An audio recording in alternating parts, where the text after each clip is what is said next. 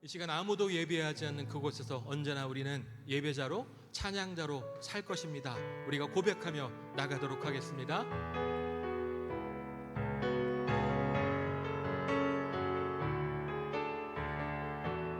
아무도 예배하지 않는, 아무도 예배하지 않는 그곳에서 주를 예배하리라. 아무도 찬양하지 않는, 아무도 찬양하지 않는 그곳에서 나 주를 찬양하. 누구도 헌신하지 않는, 누구도 헌신하지 않는 그곳에서 주께 헌신하리라. 누구도 증거하지 않는 그곳에서 나 주를 증거하리라. 내가 밟는 모든 땅 주를 예배하게 하소서. 주의 보혈로 덮어지게 하소서.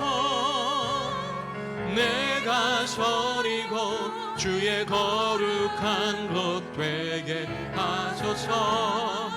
주의 향기로 물들이.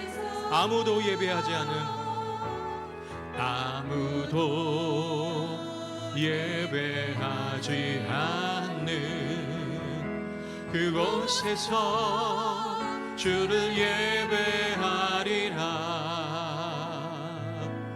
아무도 찬양하지 않는 그곳에서 나 주를 찬양하리. 누구도 헌신하지 않는, 누구도 헌신하지 않는 그곳에서 주께 헌신하리라.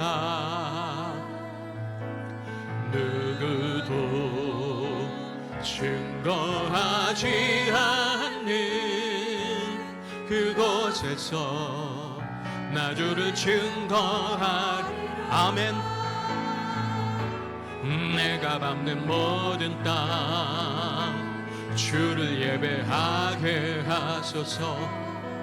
주의 보혈로 덮어지게 하소서. 내가 서리고 주의 거룩한 곳 되게 하소서.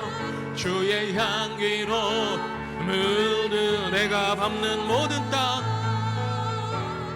내가 밟는 모든 땅 주를 예배하게 하소서. 주의 보혈로 덮어지게 하소서. 내가 서리고 주의 거룩한 곳 되게 하소서. 주의 향기로. 우리 한 번 더. 내가 밟는 모든 땅 고백하며, 내가 밟는 모든 땅 주를 예배하게 하소서. 주의 보혈로 덮어지게 하소서. 내가 서리고 주의 거룩한 곳 되게 하소서. 주의 향기로 물들이. 하나님 사랑의 눈으로, 하나님 사랑의 눈으로 너를 어느 때나 바라보시고, 하나님 인자한 비로소 언제나 너에게 기울이시니 어두움에 밝은 빛을 비춰주시고 너의 작은 신음에도 응답하시니 너는 어느 곳에 있든지 주를 향하고 주만 바라보. 하나님의 사랑을 사모하는 자, 하나님의 사랑을 사모하는 자, 하나님의 평안을 바라보는 자, 너의 모든 것 창조하신 우리 주님이 너를 얼마나 사랑한. 하나님께 찬양과 경배하는 자, 하나님께 찬양과 경배하는 자, 하나님의 선하심을 닮아가는 자, 너의 모든 것 창조하신 우리 주님이 너를 찬양. 하나님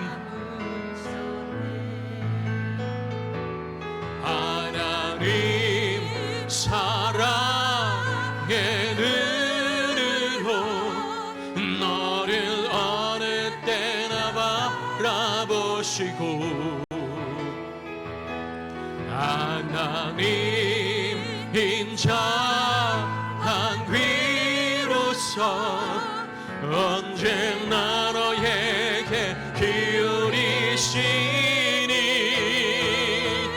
어두움에 밝은 빛을 비춰주시고 너의 작은 신음에도 응답하시니 너는 어느 곳에 있든지 주를 향하고 주만 봐. 우리 한 번 더 간절한 마음으로 하나님 사랑의 눈으로, 하나님 사랑의 눈으로 너를 어느 때나 바라보시고,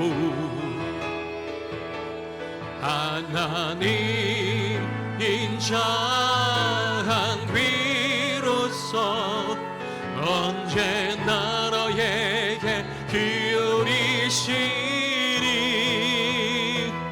어두움에 밝은 빛을 비춰주시고 너의 작은 신음에도 응답하시니 너는 어느 곳에 있든지 주를 향하고 주만 바라볼지라.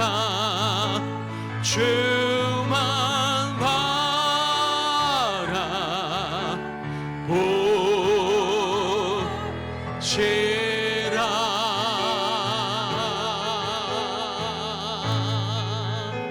우리가 언제나 넘치는 사랑으로 사랑하여 주시는 우리 주님께 아버지 하나님께 감사와 영광의 박수 심차게 올리시겠습니다. 할렐루야. 아멘. 아멘. 이 시간 예배의 왕으로 오신 우리 아버지 하나님을 찬양하시겠습니다. 왕이신 나의 하나님,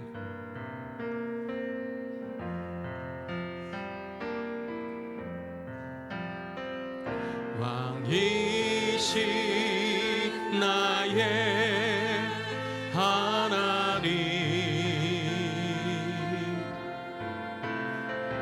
내가 주를 높이고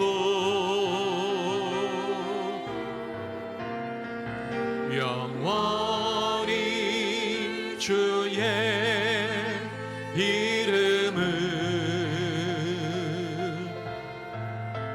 송축하리. 이 시간 손을 높이 들고 찬양하시겠습니다. 왕이신 나의 하나님, 왕이신 나의 하나님,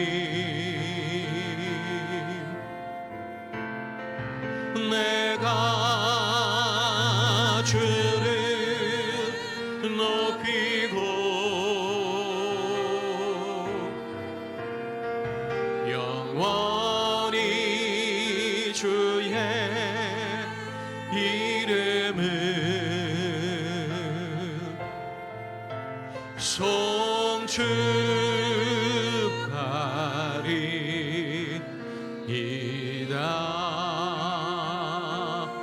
왕이신 우리 아버지 하나님께 감사와 영광의 박수 심차게 올리시겠습니다. 할렐루야. 아멘.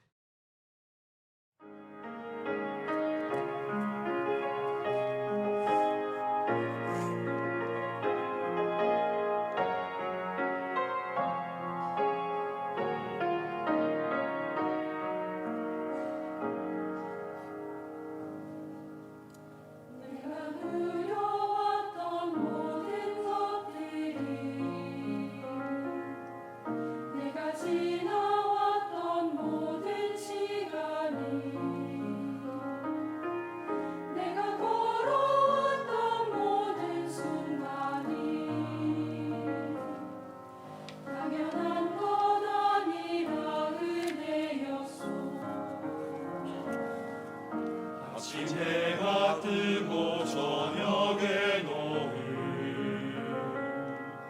봄의 꽃향기와 가을의 열매 변하는 계절의 모든 순간이 당연한 것 아니라 은혜였소. 모든 것이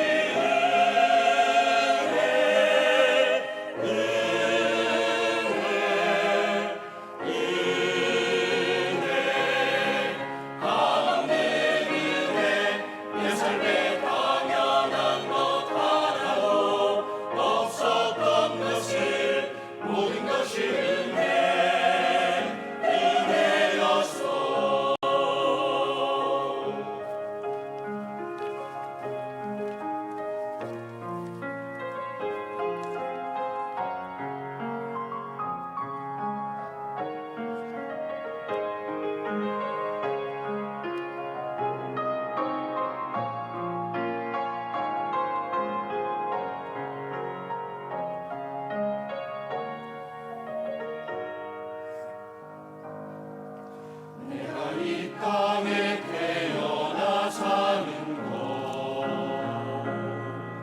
어린아이 시절과 지금까지 숨을 쉬며 살며 꿈을 꾸는 삶 당연한 것 아니라 은혜였소. 내가 하나님의 자녀로 살며 오늘 찬양하고 예배하는 삶 복음을 전할 수 있는 축복이 당연한 것 아니라 은혜였소. 모든 것이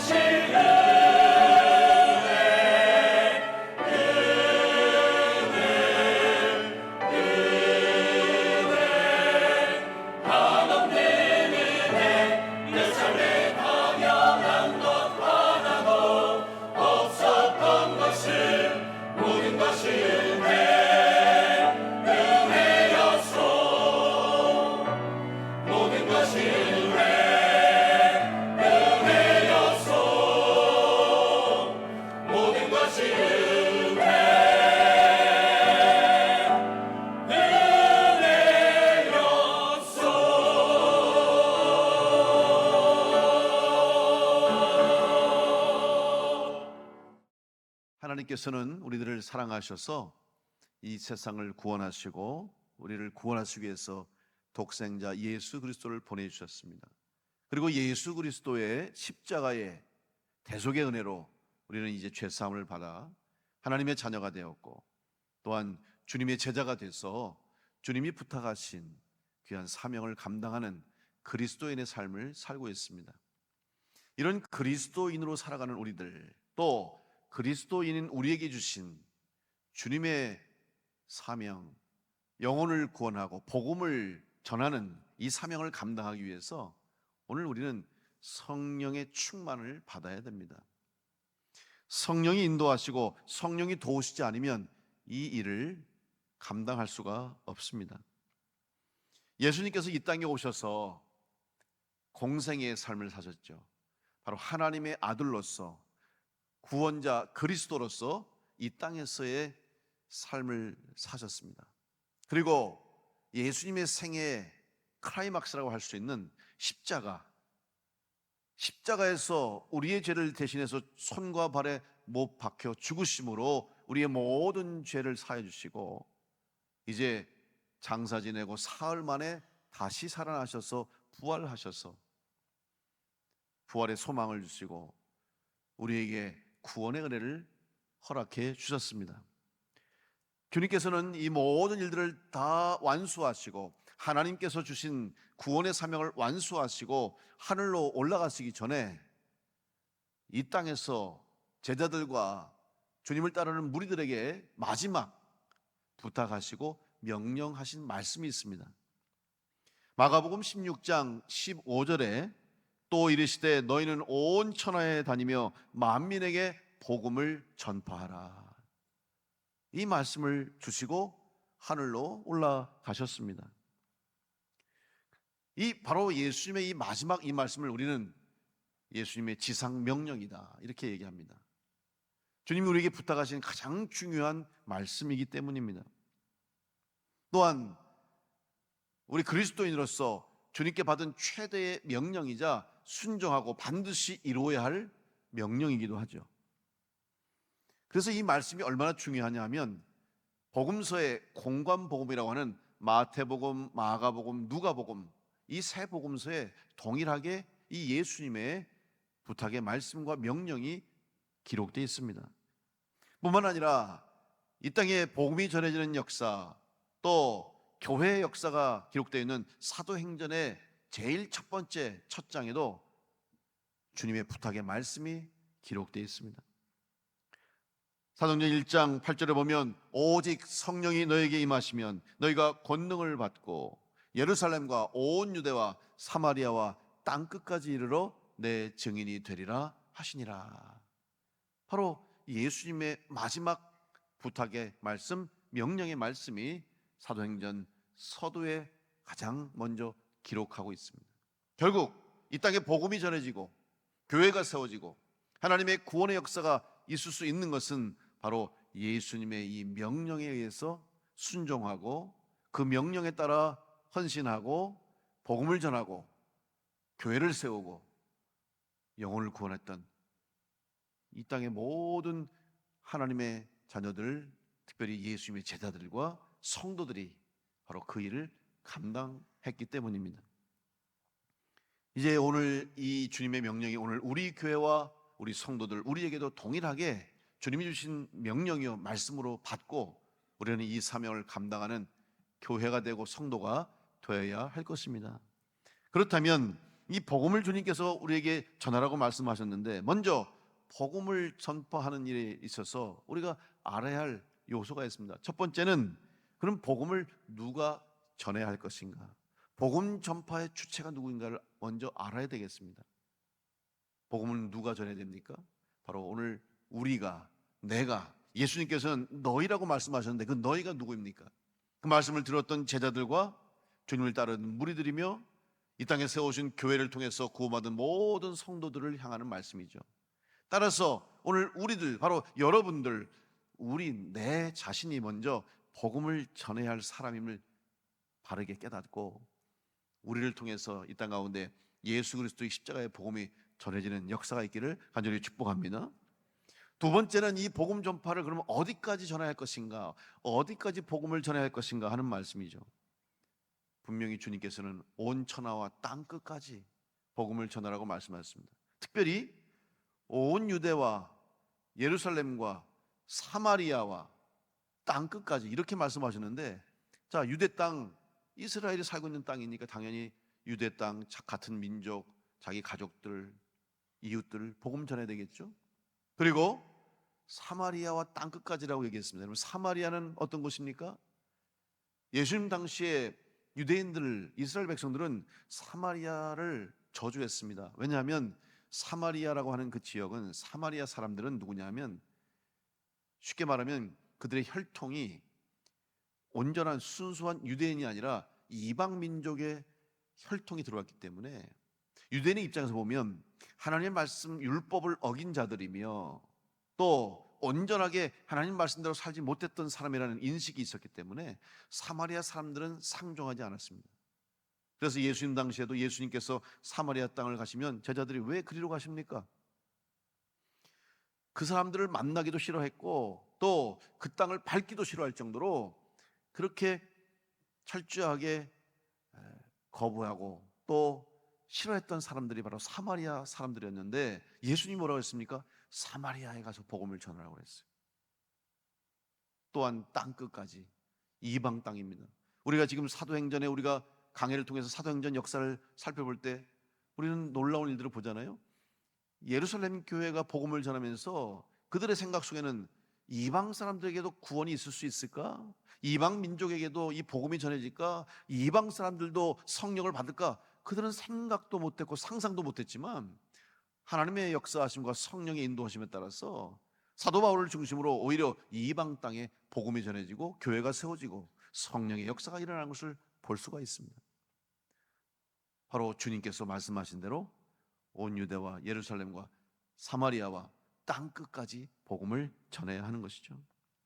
그래서 우리가 지금도 계속해서 선교사를 파송하고 아직도 복음이 전해지지 않은 곳에 복음을 전할 수 있는 일에 우리가 힘쓰는 이유가 여기에 있는 것입니다.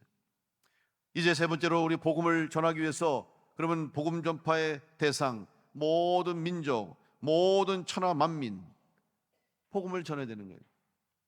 차별을 두어서는 안 되는 것입니다.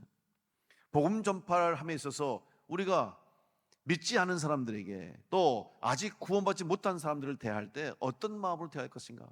그들을 정죄하고 그들을 비하하고 그들에게 그들은 죄인이요 또 죽을 수밖에 없는 하나님의 진노를 받은 사람이라는 생각을 가지고 대하는 것이 아니라, 아직 구원받지 못했을 뿐이지만 주님께서 그들을 사랑하시고 하나님이 사랑하시고 긍휼히 여기신다는 마음 가지고 사랑의 마음으로 그들에게 복음을 전해야 할 줄로 믿습니다. 디모데후서 4장 2절에 보면 너는 말씀을 전파하라. 때를 얻든지 못 얻든지 항상 힘쓰라. 범사에 오래 참음과 가르침으로 경책하며 경계하며 권하라.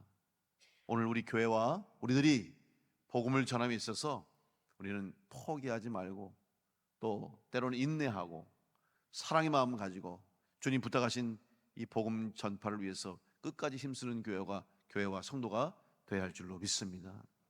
이런 복음 전도에 대한 우리의 신앙의 자세를 가지고 오늘 이 땅에 주님이 세우신 교회로서의 사명을 우리가 감당해야 됩니다. 이제 온 세상 땅 끝까지 복음을 전하라는 예수님의 지상 명령은 오늘 그리스도인이라면 반드시 수행해야 할 사명입니다.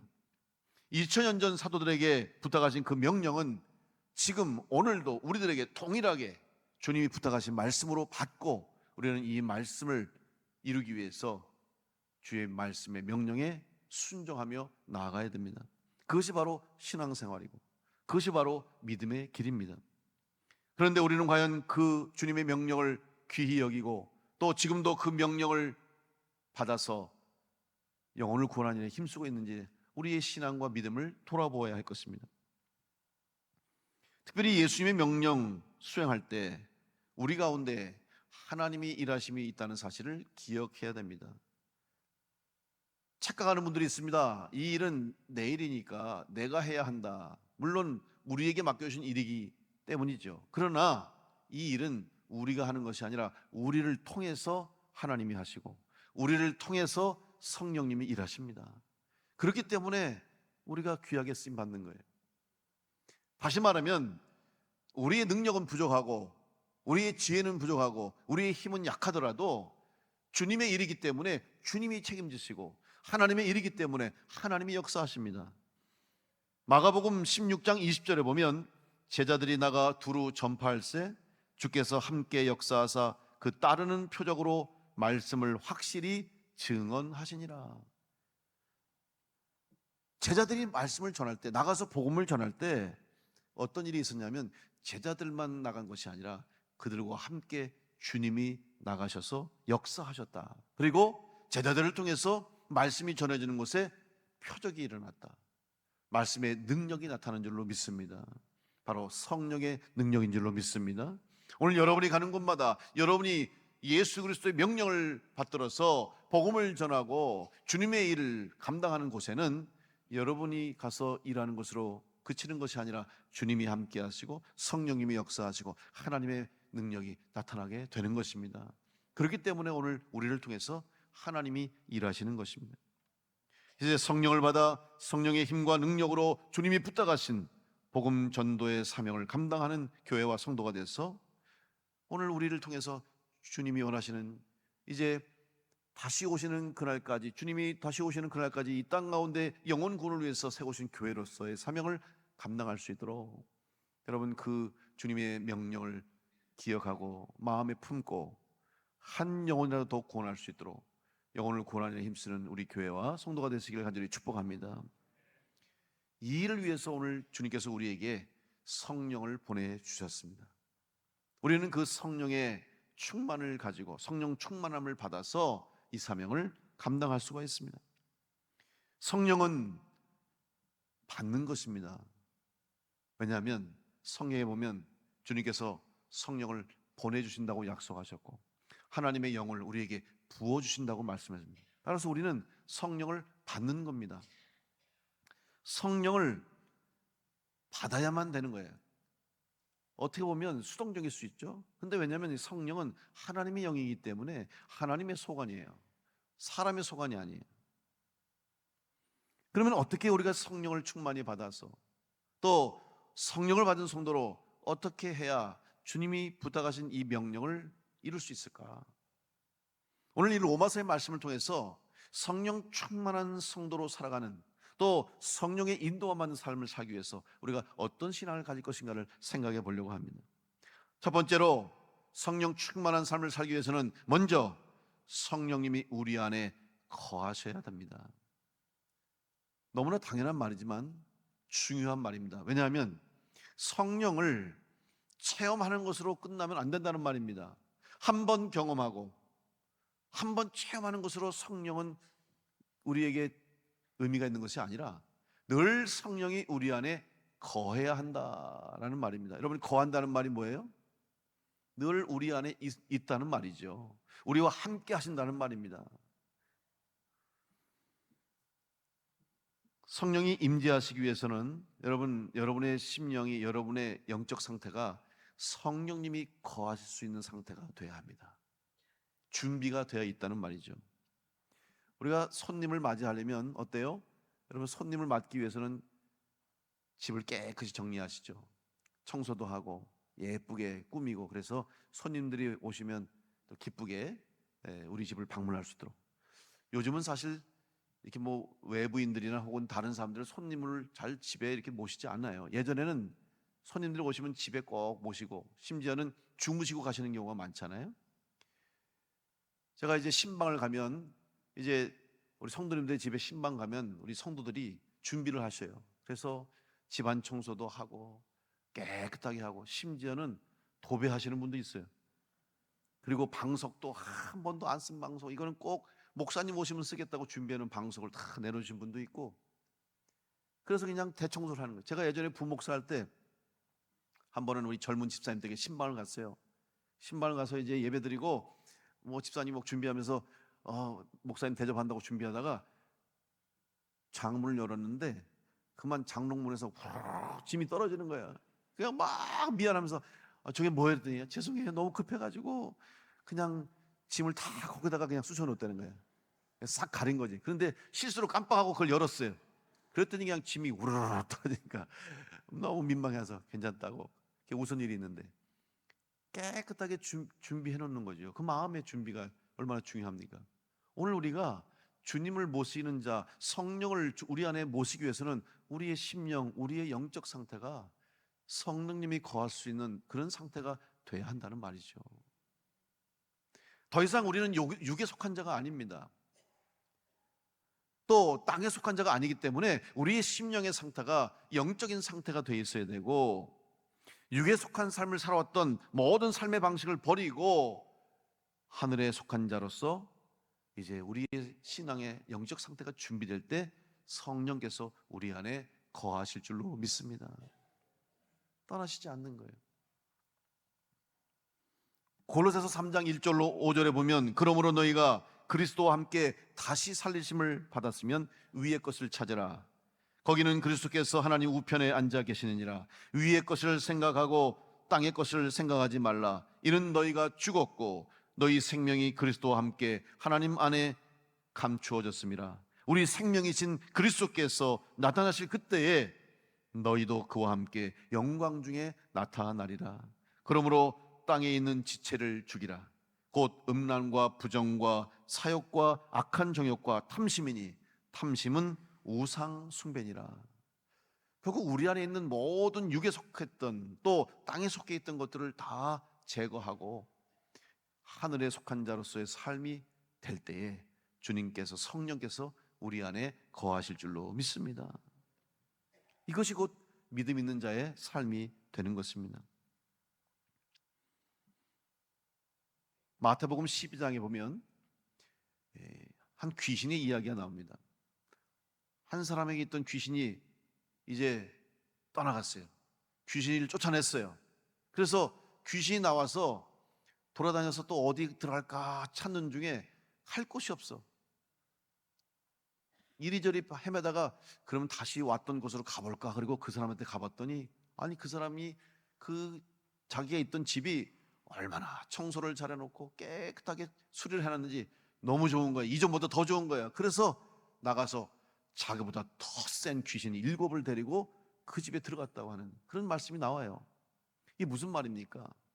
오늘 우리의 영적 상태를 우리가 깨끗하게 하는 것, 또 우리의 심령이 죄사함 받은 것으로 끝나는 것이 아니라 그 이후가 중요하다는 거예요. 회개한 이후에, 구원받은 이후에, 죄사함 받은 이후에 우리의 영이, 우리의 심령 속에 주님이 거하시지 않고 성령님이 거하시지 않으면 다시 이전의 모습으로, 죄된 모습으로, 이전의 죄인의 삶으로 돌아갈 수밖에 없는 것이 오늘 우리들의 이 육신의 존재라는 것을 말씀해주고 있는 것이죠. 다시 말하면 주인이 없는 거예요. 빈집이 된 거예요. 주인이 돼 있어야죠. 오늘 우리의 심령에 누가 주인입니까? 오늘 여러분의 심령, 여러분의 삶의 주인이 누구입니까? 하나님이 주인 되시고 주님이 주인 되시지 않으면 악한 영들이 들어올 수밖에 없음을 깨닫고, 여러분 성령님을 모시고 사는, 성령님이 주인 되시는 하나님의 자녀의 삶을 살아가심으로 성령 충만한 성도가 되어서 주님이 인도하심에 따라 쓰임받는 성도가 될 수 있기를 간절히 축복합니다. 로마서 8장 9절에 보면, 만일 너희 속에 하나님의 영이 거하시면 너희가 육신에 있지 아니하고 영에 있나니 누구든지 그리스도의 영이 없으면 그리스도의 사람이 아니라. 오늘 우리가 그리스도인이라고 말한다면, 성도라고 말한다면, 하나님의 자녀라고 고백한다면, 오늘 여러분의 중심에, 여러분의 심령에, 여러분의 삶에 하나님이 주인 되시고 예수 그리스도가 주인 되시고 성령이 주인 되시는 삶을 살 수 있기를 간절히 축복합니다. 주님이 거하셔야 되는 거예요. 성령님이 내 안에 거하셔야 돼요. 그래야 성령 충만한 삶을 살 수 있어요. 두 번째로, 성령님이 거하실 뿐만 아니라 성령님의 인도하심에 따라 순종하며 살아가야 됩니다. 에베소 5장 17절로 18절 말씀에 보면, 그러므로 어리석은 자가 되지 말고 오직 주의 뜻이 무엇인가 이해하라.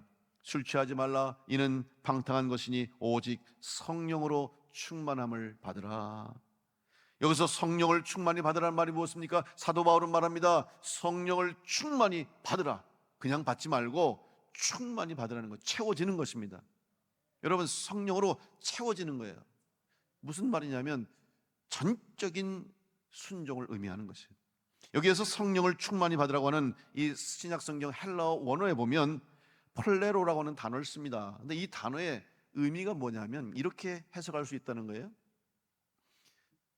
배 중에서 여러분 돛담배를 아시죠? 돛을 단 배예요. 이 돛담배는 스스로 움직일 수가 없습니다. 스스로 동력이 없죠. 바람이 불어줄 때 돛을 펴서 바람의 힘을 돛이 가득 안고 움직이는 거거든요. 그러면 돛담배의 가장 중요한 것은 바람이에요. 바람이 어떤 바람이 부느냐, 그리고 바람이 얼마나 부느냐에 따라서 그 배가 얼마나 빨리 갈 수 있고 어디를 갈 수 있냐가 결정되는 것입니다. 오늘 성령께서 우리 가운데 바람으로 임하십니다. 여러분의 심령 삶 가운데 성령의 바람이 불어주셔야 돼요. 그리고 성령이 채워져야 되는 거예요. 돛에 바람을 가득 품을 때에 배가 달려가는 것처럼 여러분의 인생에, 여러분의 삶 가운데 성령님이 인도하시고 이끄셔야 우리는 이 길을 온전히 갈 수가 있는 겁니다. 사람들은 빨리 가기를 원해요. 먼저 가기를 원해요. 앞서 가기를 원합니다. 빨리 가는 거 좋아하죠. 그런데 사실 더 중요한 것은 빨리 가는 것보다 어디를 가는지를 알아야 되지 않겠습니까? 잘못된 방향으로 빨리 가면 얼마나 불행합니까? 망하는 길로 빨리 가면 얼마나 안타깝습니까? 망하는지도 모르면서 빨리 가는 거예요. 요즘 지금 우리나라 뉴스가 지금 난리가 났잖아요. 캄보디아에 지금 이러한 불법의 일로 인해서 많은 젊은이들이 지금 얼마나 고통당하고 범죄의 온상에 빠져서 지금 인생을 망치고 고통을 당하고 있는데 이유가 뭡니까? 돈 빨리 벌려고 그러는 거예요. 남들보다 돈 좀 빨리 많이 벌려고 하다가 이런 불법을 행하게 되는 이런 고통의 자리에 빠지게 되는 거 아니겠습니까? 빨리 가는 것보다 더 중요한 것은 내가 가는 길이 바른 길인지 복된 길인지 이 길이 맞는 길인지를 아는 것이 중요한 줄로 믿습니다. 오늘 여러분의 인생과 여러분의 삶 가운데, 신앙 가운데 성령님이 인도하실 때 우리의 신앙이 온전한 신앙, 올바른 믿음으로 나가고 우리의 인생이 바른 길로 나아가게 될 줄로 믿습니다. 그래서 성령의 인도하심에 맡기는 거예요. 성령께서 인도하시는 거예요. 그러니까 우리가 생각하지 못했던 방법으로 성령이 인도하시는 거 아니에요? 여러분, 사도 바울이 복음을 전할 때 사실은 사도 바울 생각대로 된 게 하나도 없더라고요. 우리 사도행전 강의를 살펴보면서 우리 함께 보지 않습니까? 사도 바울은 계획했는데 자기 계획이 아니에요. 기도 열심히 했을 거 아니에요. 예루살렘 교회에서 사도 바울 파송하면서 기도로 준비했고 사도 바울도 기도로 준비해서 그 복음을 전하기 위해서 얼마나 오랜 시간 동안 준비하고 계획을 세웠는데 성령께서는 그 길을 트시는 거예요. 사도 바울의 생각과는 정반대로 사도 바울의 뜻과는 맞지 않게 성령이 이끄시는 대로 인도하시는데 사도 바울은 철저하게 순종했어요. 포기했어요. 자기의 생각을 내려놓고 자기의 뜻을 포기하고 성령의 인도하심에 따라 나아갈 때 놀라운 기적의 역사, 성령의 역사, 복음 전파의 역사가 있게 된 줄로 믿습니다. 오늘 여러분이 때로는 여러분의 생각과 여러분의 계획과 또 여러분이 바라고 원하는 일이 일대로 되지 않고 전혀 기대하지 않고 예상하지 않고 또 바라지 않는 그런 방향으로 성령께서 인도하실 때가 있을 겁니다. 그때 우리는 너무 괴롭죠. 이걸 어떻게 받아들여야 될까? 정말 이 인도하심에 따라 내가 나아가야 할 것인가? 여러분, 그때 바로 기도하는 거예요. 그때 기도하셔야 됩니다. 베드로가 기도할 때 환상을 보여주셨어요. 베드로가 기도할 때 성령님이 말씀하셨어요. 바울이 기도할 때 성령께서 환상을 보여주셨던 것처럼 오늘 여러분, 여러분의 생각, 여러분의 뜻이 이루어지지 않고 혹은 내가 생각한 대로 계획한 대로 일이 되지 않을 때 그때 기도할 때인 줄 믿고 기도하시면 성령께서 여러분을 인도하실 줄로 믿습니다. 그리고 성령의 인도하심에 따라 우리는 하나님의 역사하심과 주님이 일하심을 보게 되고 우리 가운데 응답의 역사가 있게 되고 우리가 생각하지 못했던 놀라운 역사들이 우리 삶 가운데 나타나게 되는 것이죠. 그것이 바로 응답이며 그것이 축복입니다. 우리는 축복을 오해하면 안 됩니다. 내가 생각한 대로, 내가 원하는 대로 내가 바라는 대로만 이어지는 게 축복이라는 착각에서 벗어나십시오. 진짜 축복은 내 생각, 내 방법이 아니라 하나님의 뜻과 하나님의 방법대로 이루어지는 것이 축복이에요. 그 과정 속에서는 성령의 인도하심이 있다는 사실이죠. 우리는 그때 믿음으로 맡기고 따라가는 것입니다. 로마서 8장 14절 말씀에 무릇 하나님의 영으로 인도함을 받는 사람은 곧 하나님의 아들이라. 오늘 우리가 하나님의 자녀가 됐다는 이 사실이 얼마나 큰 축복인지 알 수 없습니다. 여러분이 하나님의 자녀라면 하나님의 영으로, 성령으로 인도함을 받기를 간절히 축복합니다. 하나님의 자녀라고 하면서 성령의 인도하심을 거부한다면 하나님의 자녀로서 누리는 복을 받을 수가 없는 거예요. 또 하나님의 자녀로서 누릴 수 있는 은혜를 얻을 수가 없는 것이죠. 그래서 성령, 하나님의 영으로 인도함을 받을 수 있도록 성령의 인도하심에 따라가는, 순종하는 성도가 될 때 우리 가운데 역사하시는 하나님의 능력과 역사를 체험하게 될 줄로 믿습니다. 그러다 보니 때로는 내가 원치 않는 일을 할 때가 있어요. 또 할 수밖에 없을 때가 있습니다. 때로는 손해를 볼 때도 있어요. 때로는 희생할 때도 있어요. 우리는 이때 고민합니다. 이때 갈등합니다. 내가 왜 손해를 봐야 하는가? 내가 왜 희생을 해야 하는가? 내가 왜 이 어려움을 당해야 되고 내가 왜 고난을 당해야 되는가? 예수 믿는 것 때문에, 신앙생활 하는 것 때문에 내가 더 열심히 믿으려고 노력했는데 오히려 내 시간을 바치고 물질을 드리고 정성을 드리고 내 재능을 들였는데 왜 내가 고난을 당해야 하는가? 이 질문 앞에서 많은 사람들이 무너집니다. 포기합니다. 돌아서는 거예요. 여러분, 이때 믿음이 있기를 간절히 축복합니다. 이때 믿음을 보는 거예요. 진짜 믿음은 볼 수 있는 걸 보는 거, 그건 믿음 아닙니다. 다 알 수 있는 거 아는 거, 그건 믿음이 아니죠. 볼 수 없는 것을 보아야 되고 믿을 수 없는 것을 믿을 수 있는 그 신앙의 단계에 이를 때 진짜 믿음의 사람이 되는 줄을 믿고, 바로 근거가 무엇입니까? 성경 말씀이에요. 근거가 뭔지를 아세요? 바로 성경 말씀을 가지고 믿을 때에 믿음의 길을 가게 되는 것이죠. 바로 이 믿음의 길을 갈 수 있도록 성령께서 우리를 인도하시는 줄로 믿습니다. 우리 힘으로는 못하는데 성령이 힘을 주시는 거예요. 격려하시는 거예요. 성령이 우리를 밀으시는 거예요. 그러니까 힘이 나는 거예요.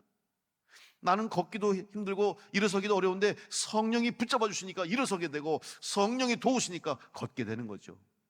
오늘 여러분이 하나님의 자녀로서 성령의 인도하심을 받을 수 있도록 성령께서 이끄심에 따라 걸어가는 여러분 될 수 있기를 간절히 축복합니다. 로마서 8장 16절로 18절 말씀에 성령이 친히 우리의 영과 더불어 우리가 하나님의 자녀인 것을 증언하시나니 자녀이면 또한 상속자 곧 하나님의 상속자요 그리스도와 함께한 상속자니 우리가 그와 함께 영광을 받기 위하여 고난도 함께 받아야 할 것이니라.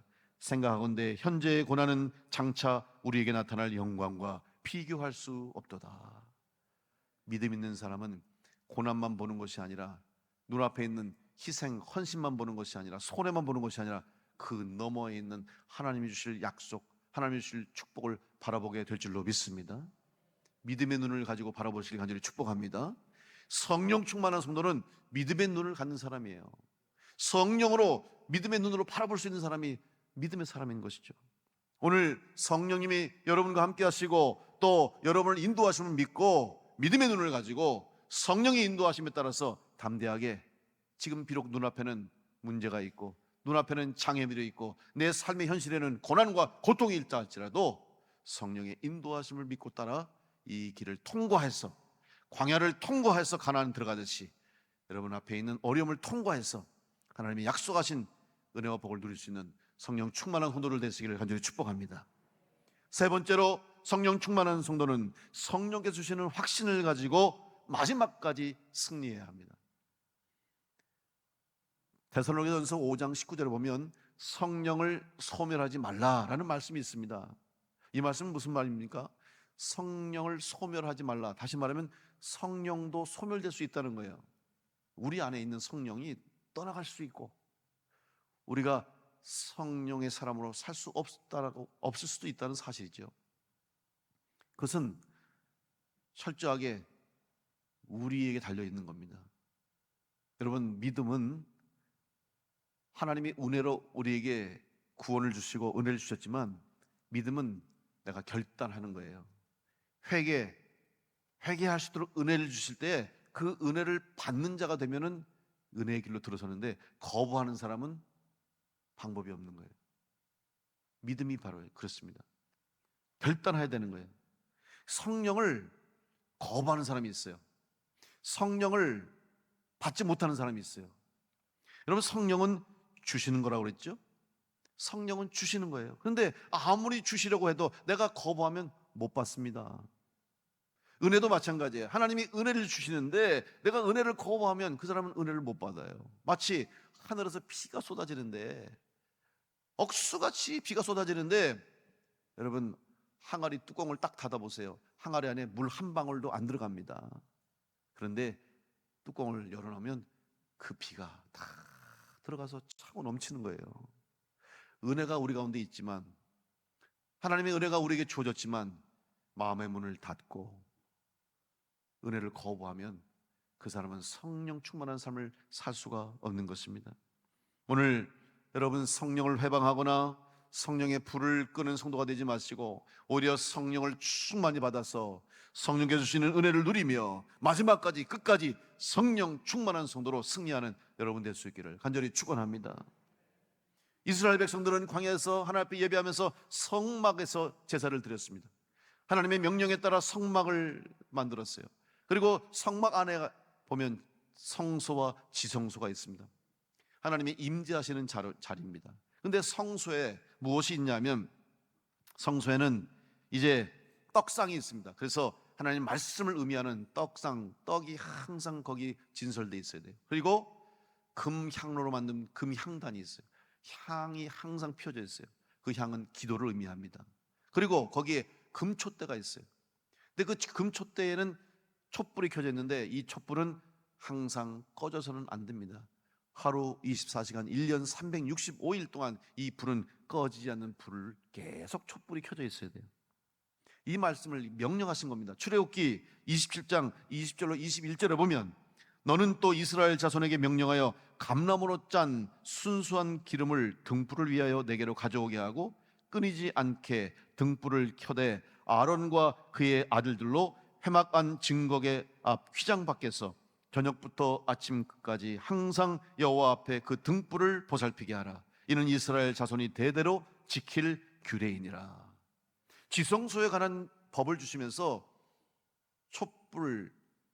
촛대에 촛불을 켜되 등불을 켜되 끊이지 않게, 그 촛불이 꺼지지 않게 하고 항상 그것을 지켜라 하는 것을 말씀해 주셨어요.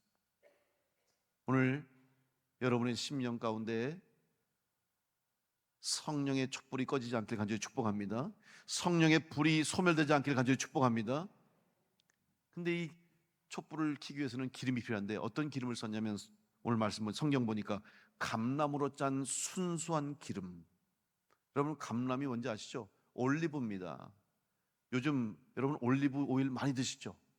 건강에 좋다고 해서 올리브 오일을 많이 드셔요. 근데 올리브 오일 중에서 제일 비싼 오일이 뭐예요? 사신 분들은 알 거예요. 엑스트라 버진이라고 하는 표기가 써 있어요. 이게 뭐냐면 제일 처음 짠 거예요. 쉽게 말하면 제일 처음 짠 기름이 제일 좋잖아요. 그 다음에 두 번 짜면 조금 안 좋죠. 세 번, 네 번 짜면 불순물이 많이 섞이고 기름의 질이 떨어지잖아요. 근데 성소, 하나님 앞에 예배하는 곳에 들여지는 기름은 제일 처음 짠 순수한 감람류 올리브 오일을 가지고 불을 밝혔어요. 그러면 이 불이 제일 환해요. 그리고 그름이 나지 않고 오래 가는 거예요. 여러분, 제일 좋은 기름으로 하나님 앞에 드릴 뿐만 아니라 그것을 환하게 밝히는 거예요. 오늘 우리의 신앙이 여러분 하나님 앞에 최선을 다하는 성도가 될 수 있길 간절히 축복합니다. 하나님 앞에 나올 때도 최선을 다해야 되는 거잖아요. 오늘 여러분 보니까 다 이쁘게 멋있게 하고 오셨어요. 혹시 오늘 세수 안 하고 오신 분 있습니까? 없으시죠? 세수 안 하고 오신 분 있으면 회개하시고 다음부터는 세수하고 오세요. 그런 사람은 없습니다만은 무슨 말입니까? 하나님 앞에 나올 때 어떻게 우리가 그렇게 오겠어요? 정성을 다해서 화장도 열심히 하시고 화장도 많이 하세요. 예, 이쁘게 하고 오세요. 하나님 받으실 때 옷도 좋은 비싼 옷 입으라는 게 아니라 여러분이 입는 옷 중에서 제일 좋은 옷, 제일 정갈한 옷, 그런 거 입고 오셔야 돼. 왜? 하나님 앞에 나오는 거니까. 우리의 마음, 몸과 마음을 그렇게 준비하고 나오는 거 아니겠어요? 그런데 여러분, 여기서 감람류가 뭔지 아십니까? 바로 성령을 의미하는 거예요. 성령이 소멸돼서는 안 된다. 하나님 앞에 예배하고 하나님 앞에 서 있는 그리스도의 삶을 살기 위해서는 여러분, 우리 안에 성령이 불이 꺼져서는 안 되고 성령이 늘 충만해야 할 줄로 믿습니다. 성령이 떠나가시면 안 돼요. 그래서 늘 성령이 우리 안에 임할 수 있도록, 한 번 성령 받았다고 끝난 거 아닙니다. 한 번 은사 받았다고 끝나는 거 아니에요. 항상 성령이 내 안에 채워질 수 있도록, 충만할 수 있도록, 오늘 여러분의 심령이 성령 충만한 성도가 될 때 주님께서 우리를 통해서, 여러분 한 분 한 분이 성령 충만한 성도가 될 때 우리 교회가 성령 충만한 교회가 될 줄로 믿습니다. 여러분 심령 속에 성령의 불이 타올라야 우리 교회가 성령의 불이 타오르는 교회가 될 줄로 믿습니다.